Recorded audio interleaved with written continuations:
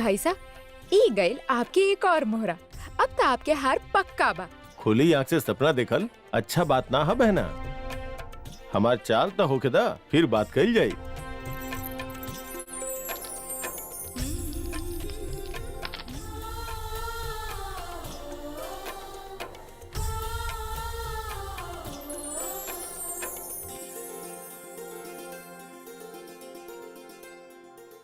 कल राज पुरोहित आ रहल बाड़े।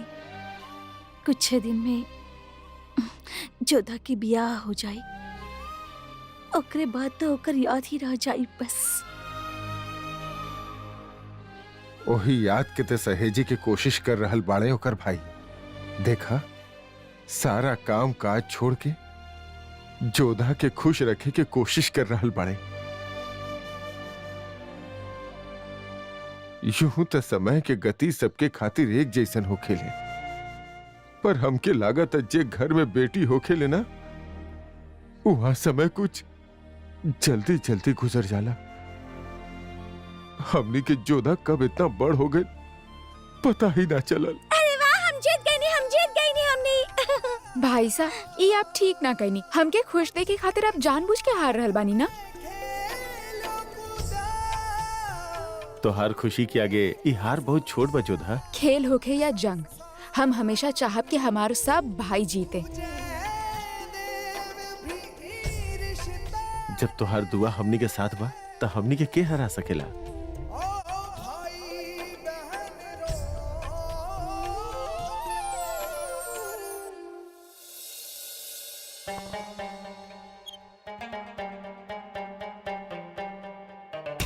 जियत जागत इंसान के मोहरा बना के अपन बिसात बिछा रहल बिया महामंगा।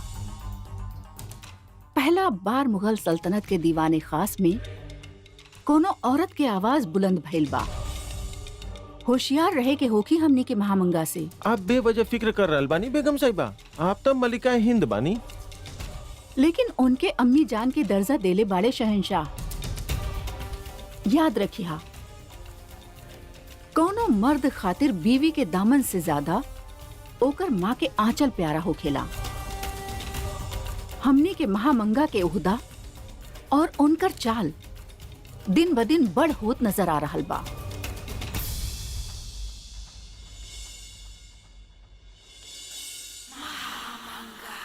आदाब मलिका, आप हमके याद फरमाइनी। आई आई, ऐसे ही बहुत दिन के बाद आपके साथ शतरंज खेले के मन करत रहे। और वैसे भी वो दिन के बाजी अधूरी रह गईल रहे, तो काहे ना ओके पूरा कर लेहल जाए। जे हुकुम मलिका।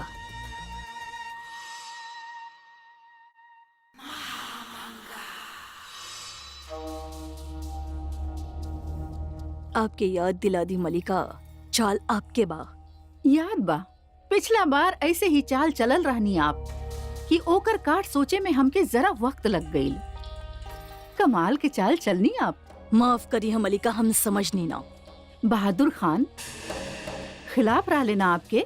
सुन ले बानी आपके मोहरा बन गईल बाड़े, ताकत बढ़ गईल बा आपके। हम सिर्फ मुगल सल्तनत के ताकत बढ़ावे चाहत बानी मलिका, और सल्तनत के ताकत बढ़ावे खातिर खिलाफत करे वालन के साथ लेके ही चले के पड़ेला। चाल शतरंज के होखे या सियासत के, आपन सरहद के ध्यान रखल जरूरी होखेला। हम अपन हद जानी ले मलिका। लेकिन आप अपन बेटा खातिर हद बढ़ा रहल बानी। आदम खान जलाल के बड़ भाई जान बाड़े। अगर आदम खान के नाम होगी तो साथ में शहंशाह के नाम भी रोशन होगी।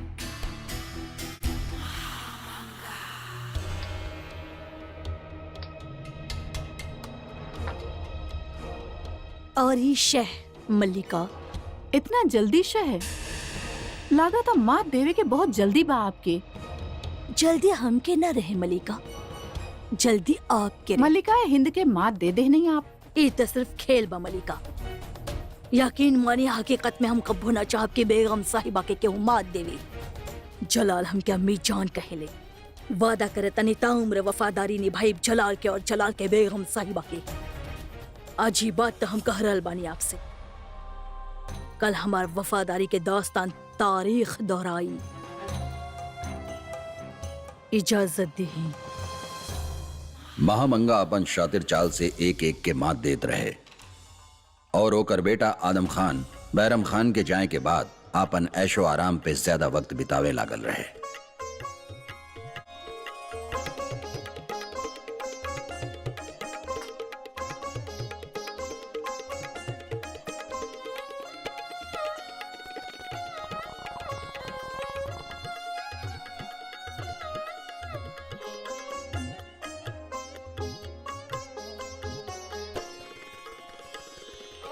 हुजूर,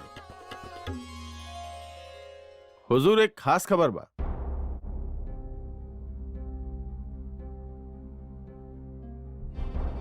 हुजूर खबर बैरम खान के बारे में है। कहा? खबर मिलल है कि बैरम खान गुजरात पहुंच चुकल बाड़े और पाटन में ठहरल बाड़े। बहराम खान के कोनो भरोसा नहीं खे वो कब मक्का से वापस आ जाए। और अगर ऐसा भइल तो हमनी जो ना मुकाम पर पहुंचल चाहता नहीं वहां तक ना पहुंच पाई। एक काम करो, पठान मुबारक लोहानी के हमार पैगाम पहुंचा दा।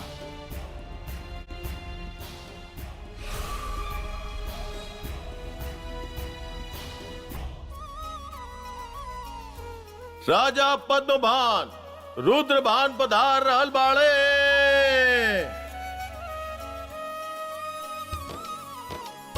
समधी सा, राजपुरोहित सा, आमेर में आप सबके स्वागत बा। भानपुर के तरफ से राजकुमारी जोधा खातिर भेंट स्वीकार करी।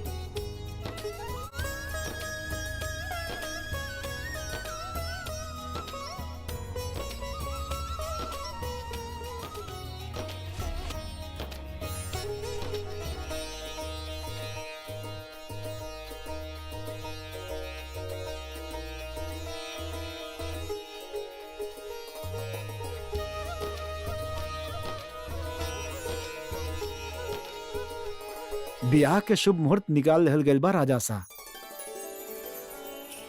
कुंवरी जोधा और कुंवर सूर्यभान के ब्याह खातिर यही महीना के पूर्णिमा के गौधूली के बेला में ब्याह के मुहूर्त निकलल बा।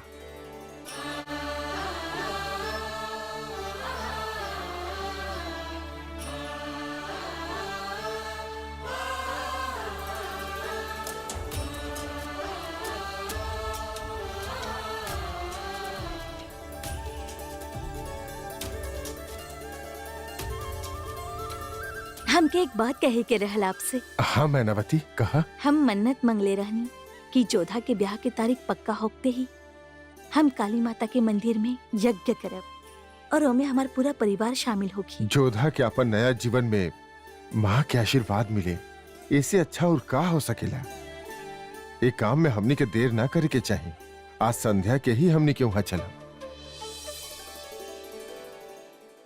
ये बाजमेर, ये मेवात और ये दोनों के बीच रहल आमेर। एक फौज अजमेर से चली, दूसर मेवात से, और आमेर उन दोनों के बीच पीस के रह जाई। शरीफुद्दीन ध्यान रहे, आमेर के जीतल इतना आसान ना होगी। आमेर के किला बेहद मजबूत बा और दूसर आमेर से कई खुफिया सुरंग निकले ले जो यहाँ यहाँ और यहाँ से निकले ले। हमनी के अपन सेना पहले इजा तैनात करे के होके ताकि उनकर पास भागे के कोनो दूसर मौका ना होके, वो दबाव में आ जाइए और हमनी अपन सेना के कम से कम लहू बहा के जल्द विजय हासिल कर पाई। सुभान अल्लाह, तोहार शमशीर के साथ साथ तोहार दिमाग के धार भी बहुत तेज चलेला सुजामल। और अब हमनी के अपन सेना के रफ्तार तेज करे के होगी, जल्द से जल्द उन लोग पे हमला बोले के होगी ताकि उनका कानो कान खबर भी ना मिले। आमेर के गद्दी पे बैठे के तोहार ख्वाब जरूर पूरा होगी सुजामल। जाई जाई और फौज की अलगार खातिर तैयार करी। आज ही कुछ कल जाई।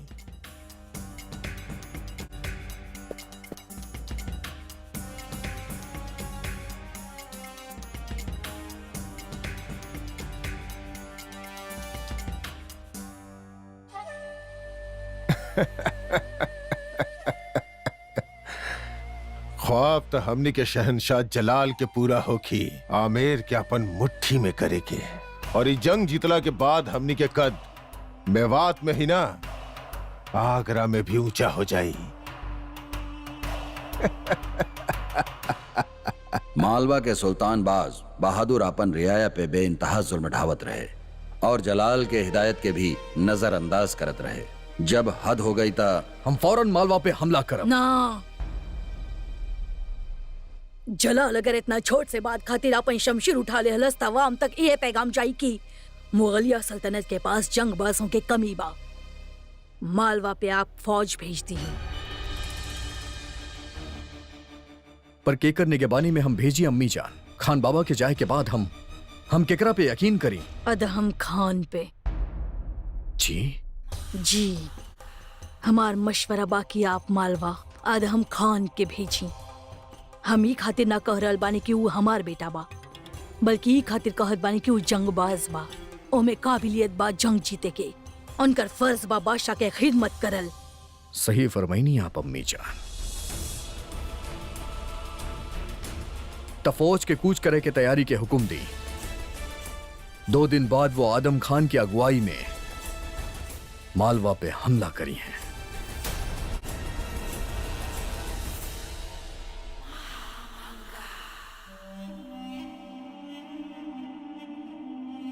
मालवा के जंग कब? 2 दिन के अंदर आपके निगहबानी में हमने के फौज मालवा की ओर कूच करी। हमार निगहबानी में? कहे कोनो शक बा आपके? अदहम आप हमार बेटा बानी, आप ही जंग जरूर जीतब। हम बानी की आपके कदम में तकदीर के खींच खींच के ला रहल बानी और आप पड़े। अदहम अगर ई जंग आप जीत गईले तो सल्तनत में आपके कद सबसे ऊंचा हो जाई और फिर ओकरे बाद बख्शी बानो के रिश्ता के बाद हम जलाल से आसानी से कर सकब। हम चाहत बानी की आप ही सब। अम्मी जान देखी, हम अपन हाथ से आपके खातिर सेवइयां बनैले बनी। वैसे आप लोग का बात करत रहले? हमने निकाह के बात करत रहनी। बख्शी बानो के निकाह के बात करत रहनी हम। बख्शी बानो के निकाह? आप बहुत अच्छा कर रहल बानी। आप सबके बारे में कितना अच्छा सोचेनी। अब देखी ना, उनका उम्र ही कहा बा और वो बेवा हो गई नी। उनके खातिर ना बहुत अच्छा से शोहर देखी हा। इनके तरह ना देखी, इनके पास वक्त ही ना बा अपन बीवी खातिर। जाविदा मीठा कम्बा। ओहो, हम जानत रहनी हम कुछ ना कुछ गलती जरूर कर बैठब। देखी ना, ये में मीठा डाला भुला गई नी। अच्छा आप हेजे रुकी, हम मीठा डाल के ले आवत बनी। अगर आप ही जंग ना लड़ लें तो यही तरह फीकी सेवैया खात रहब ता उम्र। आप मालवा के जीती और हम जीतब जलाल के भरोसा। अगर जलाल के नजर में आप ऊंचा उठ गईले और बख्शी बानो के साथ आपके निकाह हो गई तो बस सोने पे सुहागा हो जाई।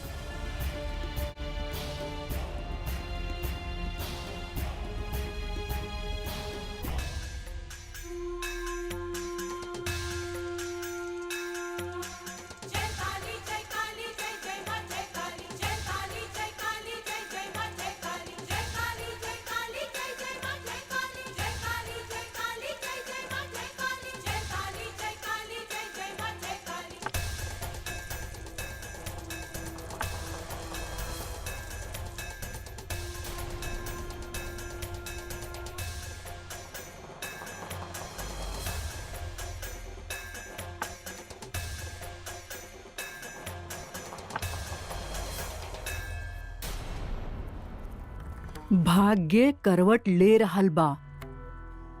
समय पास आ रहल बा। हाँ, भाग्य करवट ले लेहले बा शगुनी बाई। ठीक जैसन हमनी चाहत रहनी वैसे ही हो रहल बा।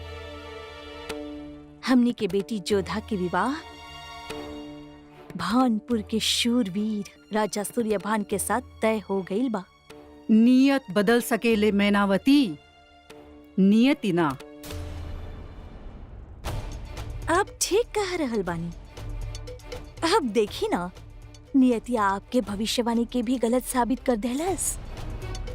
नियति जोधा के सूर्यभान के पास ले आइल बा, ओकर मंजिल तक ले आइल बा। और अब आप पूजा में विघ्न मत डालें। जय मां काल। तू जेकर ध्यान करे आइल बाड़ू, हम ता हर घड़ी ओकरे ही ध्यान में मग्न बानी। सही कहलू तू, नियत ही तुहार जोधा के ओकरे मंजिल के करीब ले आइल बा।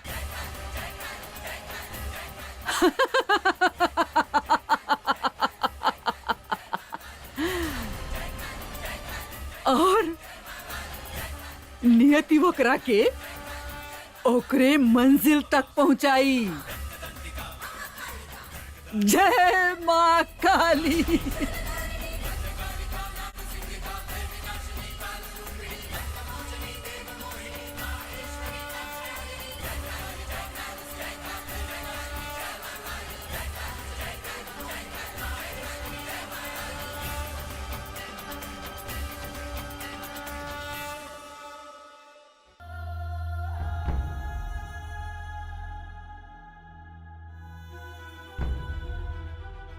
इतना परेशान काहे बड़ा? अम्मी जान, बहुत बुरा खबर बा।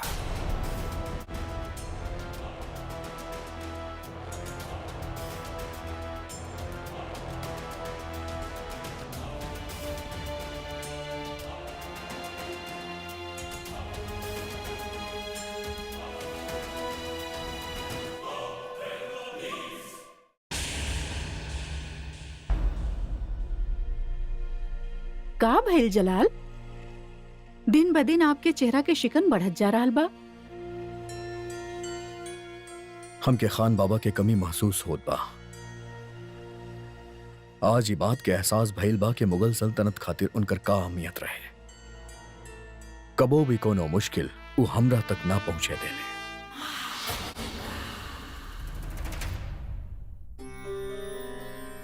बड़म्मी,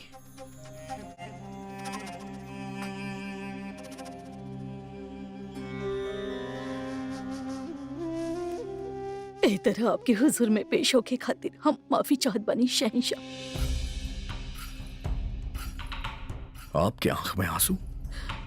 बड़म्मी, हम आज तक कबो आपकी आंख में आंसू ना देखनी। जरूर कोनो बड़ बात बा, बताई। जलाल, हम बताई हमके बड़म्मी, बात का बा? बड़म्मी, हमार सब्र के बांध टूटत बा, बताई।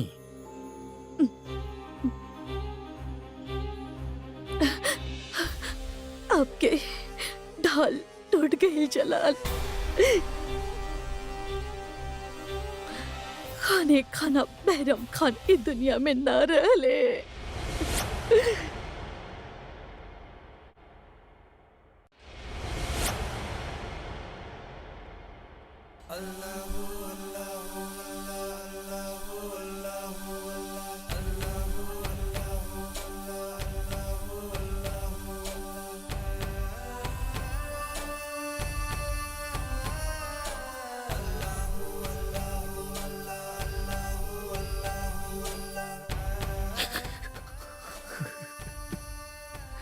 बाबा! सबसे बड़ सूरमा के तौर पे दर्ज होगी।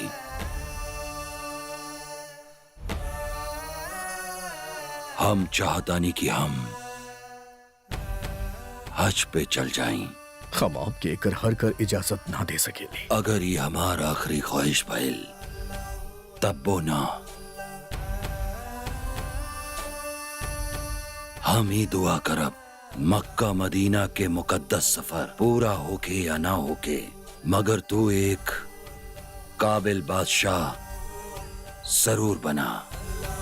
या खुदा, हम रहीं या ना रहीं, आपन रहमत के साया जलाल के सर पर जरूर रखिया।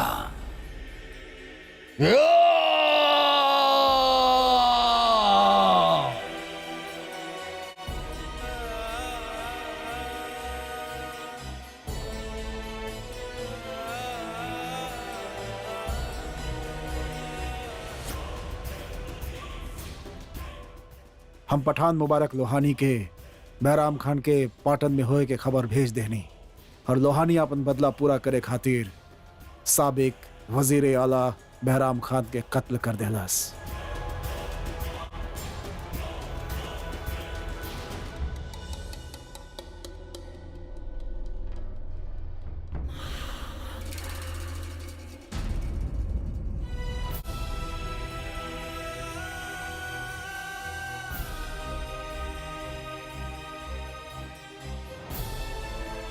जलाल आप एक शहंशाह बानी,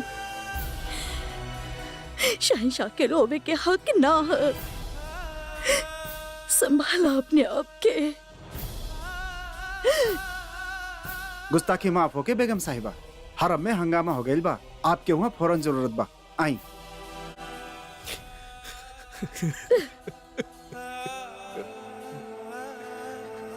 यहाँ जलाल की ई हालत बा और ही बाकी ऐसन का बा जे ई वक्त जलाल से ज्यादा अहम बाइक रा खातिर। कैसे भइली सब? कत्ल भइल बाप के खान बाबा के जलाल।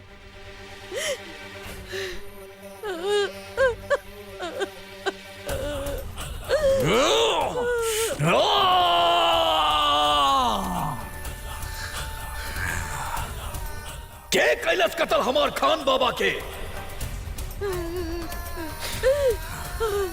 बताई बड़ अम्मी, के कैलाश हमार खान बाबा के कत्ल?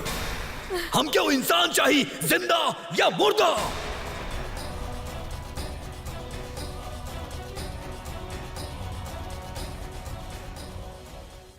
ई शाही हरम हा, आगरे के बाजार ना।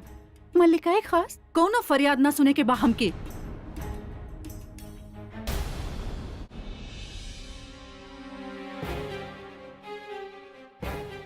हम मल्लिका हिंद से कुछ अर्ज करे के चाहता नहीं। तक लिया।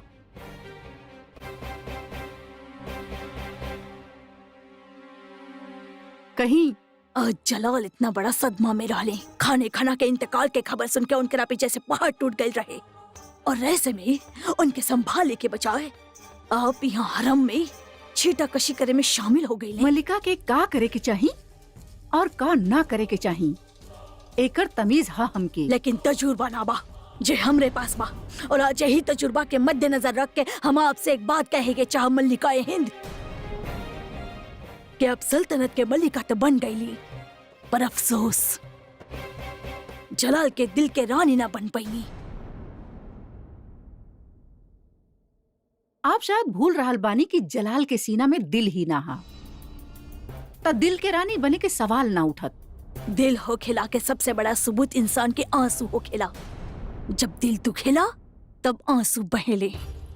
हो सकेला जलाल के सीना में जे दिल बहु सांस लेवे शुरू कर देले बा, का पता वो दिल आपसे रूठ जाए, ताकि जब भी वो दिल के आपके जरूरत रहे तब आप ओकरा करीब ना रहली। अपन हद मत भूला महामंगा।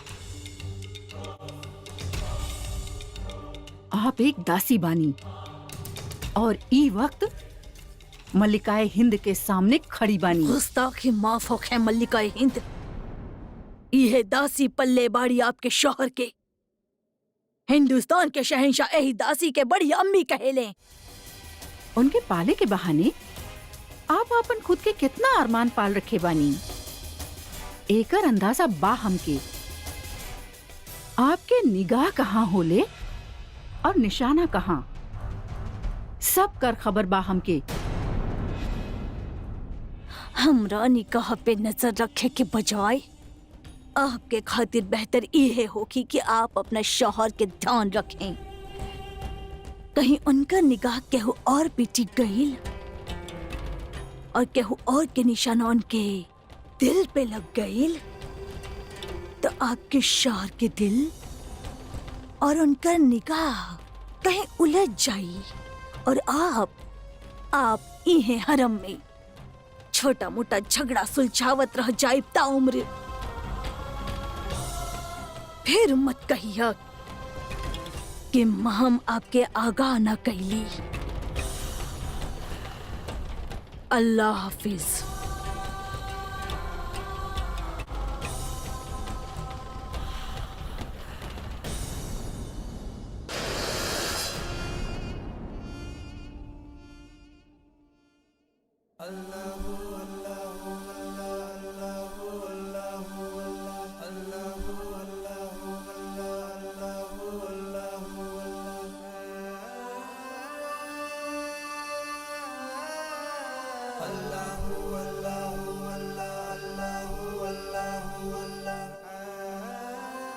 खान बाबा की रूह के अमन बख्श हमार अल्लाह।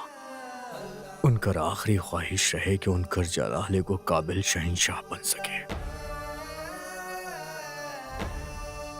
कोनो ऐसा रास्ता दिखा जैसे उनकर आखिरी ख्वाहिश पूरा हो सके। हमके इतना ताकत बख्शा कि हम अपन तकदीर खुद लिख सके। हमार किस्मत में का लिखल हा ये आपसे अच्छा के जान सकेला माँ। हम एक नया रिश्ता में बंधे वाला बानी। इस रिश्ता पे आपन आशीर्वाद बनाए रखिया, एके हर बुरा नजर से बचाए रखिया।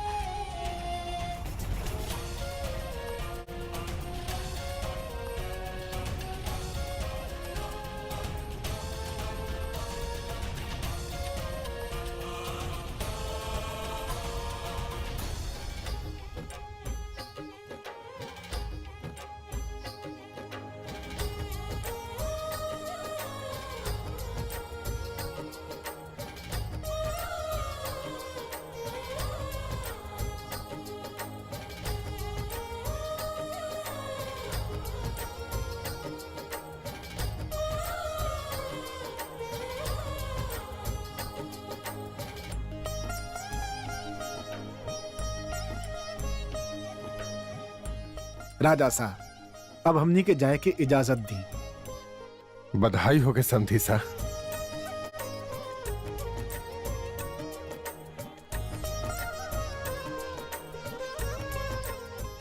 तू हमार बात ध्यान से सुना भगवान दास। 500 घोड़ा, 400 हाथी, 2 मन मोती, 10 मन चांदी, 500 ऊंट, 400 गाय और सूर्यभान सिंह के वजन के बराबर सोने की व्यवस्था करा। जी बापू साहब। बाकी अतिथियन के निमंत्रण के का उनमें भी तो समय लगी। समय तो लगबे करी। सारा राजा के निमंत्रण भेजे के बाद तेज गति से दौड़े वाले घुड़सवारन पे संदेश वाहक के भेजा। ये काम जल्द से जल्द हो जाए के चाहिए। जी बिल्कुल बापू साहब।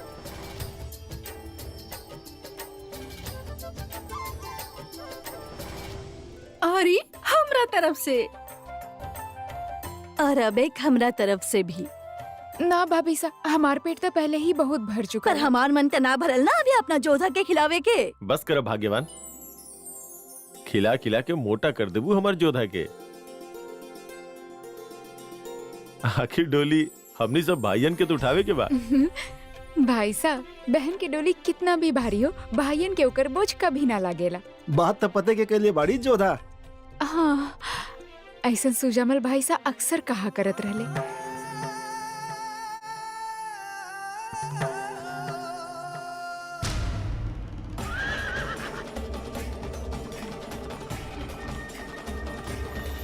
देखी मासा, सुंदर भी है ना मैनावती। बहुत बहुत बहुत बधाई हो। आपके भी भगवान दास। बधाई होखे जोधा। तोहरा ब्याह के निमंत्रण बाटे शुरू हो गइल बा। पहला निमंत्रण गणेश जी के पहुंच जाई।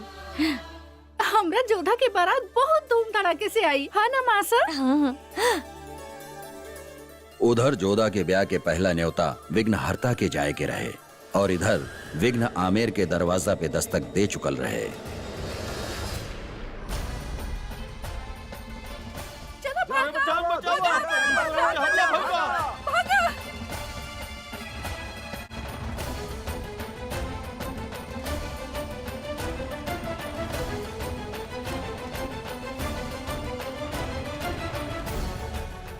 मुगल के सेना बहुत तेजी से आमेर की तरफ बढ़त रहे, जेकर गूंज महल के अंदर तक पहुंचल।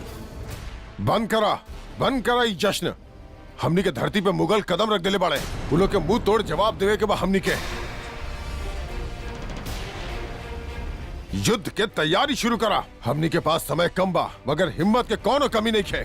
हुकुम, बुरा खबर बा। कुंवर सुजामल भी मुगलन के साथ मिलल बाड़न।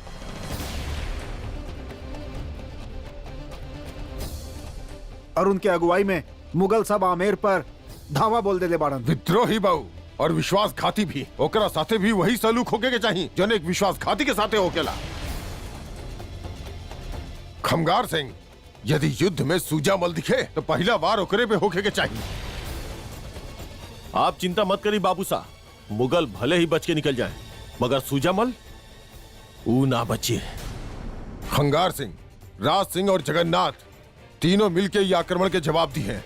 भगवान दास तू आमेर के किला के रक्षा करबा। जय भवानी। जय भवानी।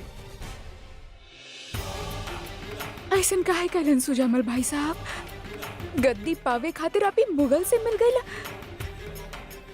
उन जलाल से जेकर सर काट के आपके लावे के चाहिए, ओकरा सामने आप अपन सर झुका लेला। ऐसन कौन से मजबूरी रहे भाई साहब के? जोधा, सुजामल के कायरता के मजबूरी के नाम मत दा। राजा सा ठीक ही कहत रहले, विद्रोह सहन किहल जा सकेला मगर विश्वासघात ना। मासा, तिलक की तैयारी हो चुकल बा। यदि आपके आदेश होता हम जौहर की तैयारी शुरू करी। ओकर आवश्यकता ना पड़ी भाभी सा। अभी हमार 4 भाई साहब बाड़े और उ दुश्मन के ऐसन मात दी हैं कि वो मुगल आमेर के तरफ कबो नजर उठा के भी ना देख पाइए। देखिए आप, जीत हमनी के ही होगी।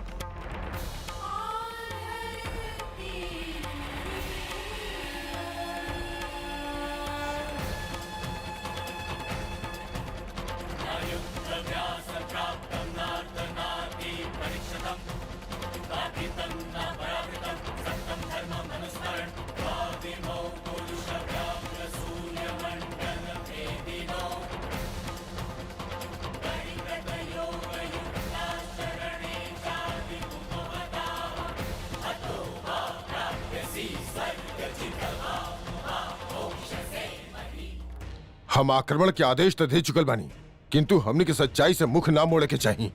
और सच तई बा कि मुगल सैनिकन के मुकाबले हमनी के सैनिकन के संख्या बहुत कम बा। मंत्री जी, हमनी के कुछ करे के पड़ी। आमेर और ओकर प्रजा खातिर हमनी के ही कुछ करे के पड़ी।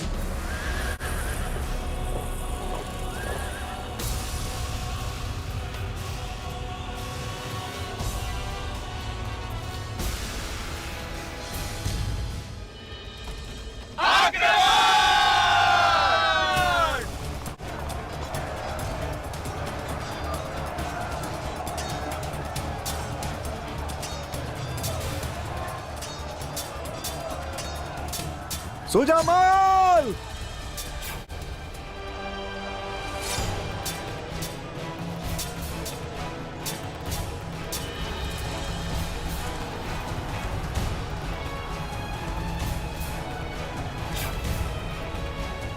अगर युद्ध भइल तो हम आपके बख्शब ना।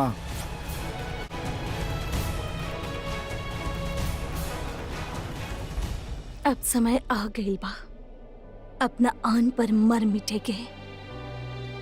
इससे पहले कि दुश्मन के हाथ हमने के आंचल तक पहुंचे, हम अग्नि माता के गोद में समा जाए। अगर माँ भवानी के आशीर्वाद रहा तो जीत हमनी के ही होगी और यही आग से हम अपन वीरन के आरती उतारब।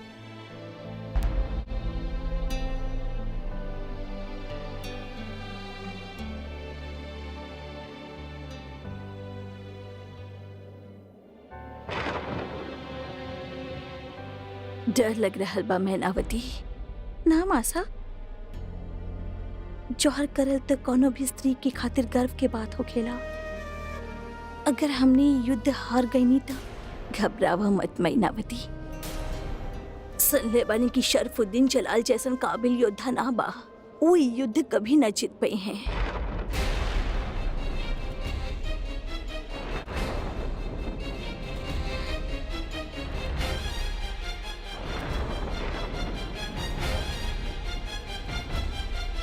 मासा, एको पुराना कहावत बा, जब भी कोई भविष्यवाणी सच्ची होके के होखेला, आसमान यही तरह से गड़गड़ाएला।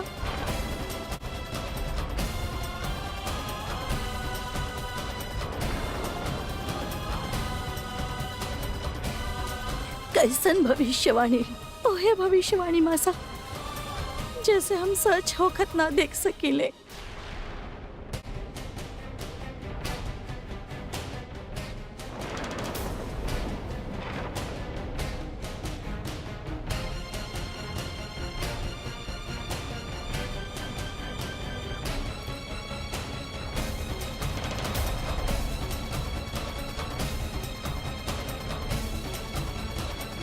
हम रही या ना रही जोधा, मान हमेशा होके के चाहिए। ए विश तो अपना पास रख लो।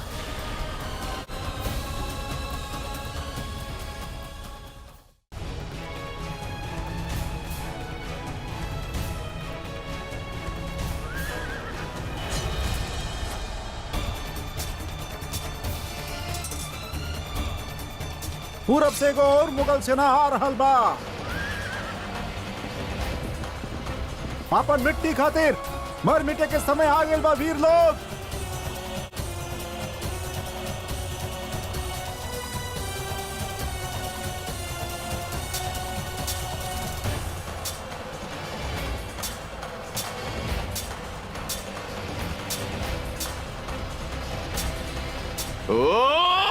भानपुर के सेना आ गई बा। जय भवानी, जय भवानी। ये तो सूर्य भान बा। जय भवानी।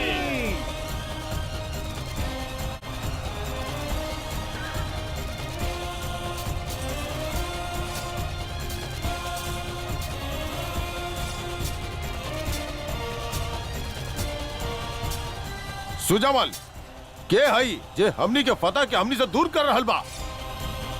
भानपुर के राजा सूर्य भान। तो यहाँ मौत के मुंह में काहे आइल बा? आमेर के फौज की मदद काहे कर रहल बाई? हमार बहन जोधा की विवाह तय भइल बा इनकरा से। यहाँ आके बहुत बड़ भूल कैले बा, बहुत बड़ भूल।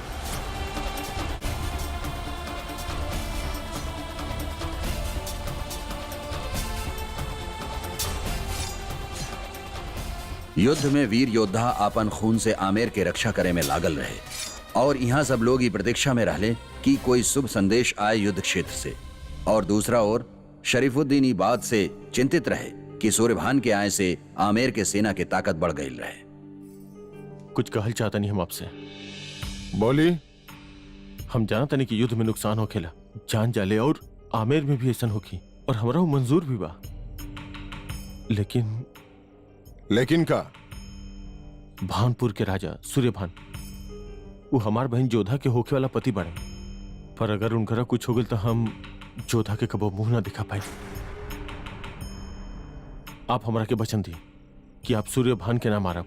ठीक बा, हम आपसे वायदा करता नहीं कि हम सूर्यभान के ना मारब, लेकिन अगर आपके आमेर के तख्त चाहिए तो आपके सूर्यभान के खत्म करे के ही पड़ी। या तो ये भुला दी कि सूर्यभान आपके बहन के होखे वाला पति बा, या फिर भूल जाई वो आमेर के जेकर होखे वाला राजा आप हैं।